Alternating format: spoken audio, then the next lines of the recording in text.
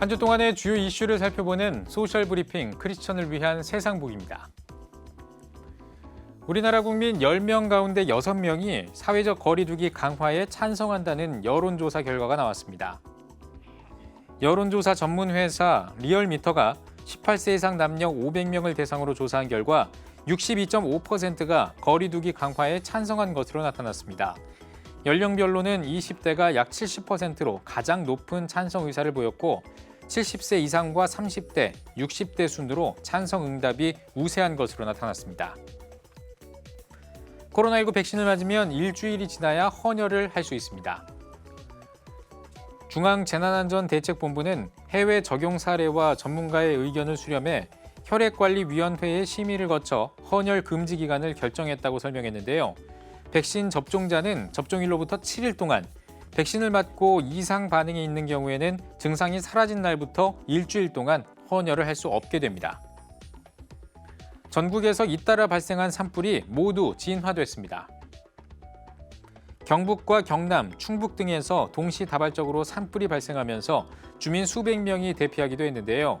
산림당국은 불씨가 되살아나지 않도록 현장에 감시 인력을 배치하는 한편 정확한 화재 원인을 조사하고 있습니다. 박종호 산림청장은 대기가 건조해 산불 발생 위험이 높은 상황이라며 산불 예방에 적극적으로 동참해달라고 당부했습니다. 가상 암호화폐 비트코인의 가격이 연일 최고치를 경신하고 있습니다. 비트코인은 지난 6개월 동안 매수세가 몰리며 350% 급등했고 지난 19일에는 사상 처음으로 시가총액이 1조 달러를 돌파하기도 했는데요. 관련 업계에서는 비트코인이 금과 같은 안전자산이 될 수 있다는 기대감과 함께 실체 없는 거품이라는 우려도 나오고 있습니다.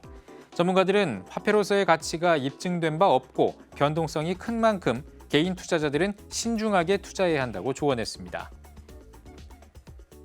일본이 다케시마의 날 행사를 개최하고 또다시 독도가 일본 땅이라는 억지 주장을 되풀이했습니다. 가토 가스노부 관방장관은 행사에서 역사적 사실에 비춰보거나 국제법상으로도 독도는 명백한 일본 고유의 땅이라는 망언을 쏟아냈는데요.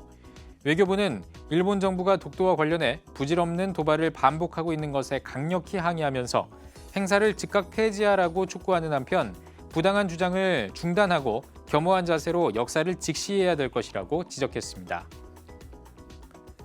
코로나19 여파로 지난해 영화관 관객 수가 2004년 이후 가장 적었던 것으로 나타났습니다. 영화진흥위원회에 따르면 지난해 영화관 관객 수는 전년과 비교해 약 74% 줄어들면서 영화관 입장권 통합 전산망을 가동한 2004년 이후 역대 최저를 기록했습니다. 반면 우리나라 영화의 해외 매출은 글로벌 온라인 동영상 서비스인 OTT가 활성화하고 OTT에 영화 판권을 판매하는 일이 늘어나면서 13% 넘게 증가한 것으로 집계됐습니다. 지금까지 소셜 브리핑 크리스천을 위한 세상복이었습니다.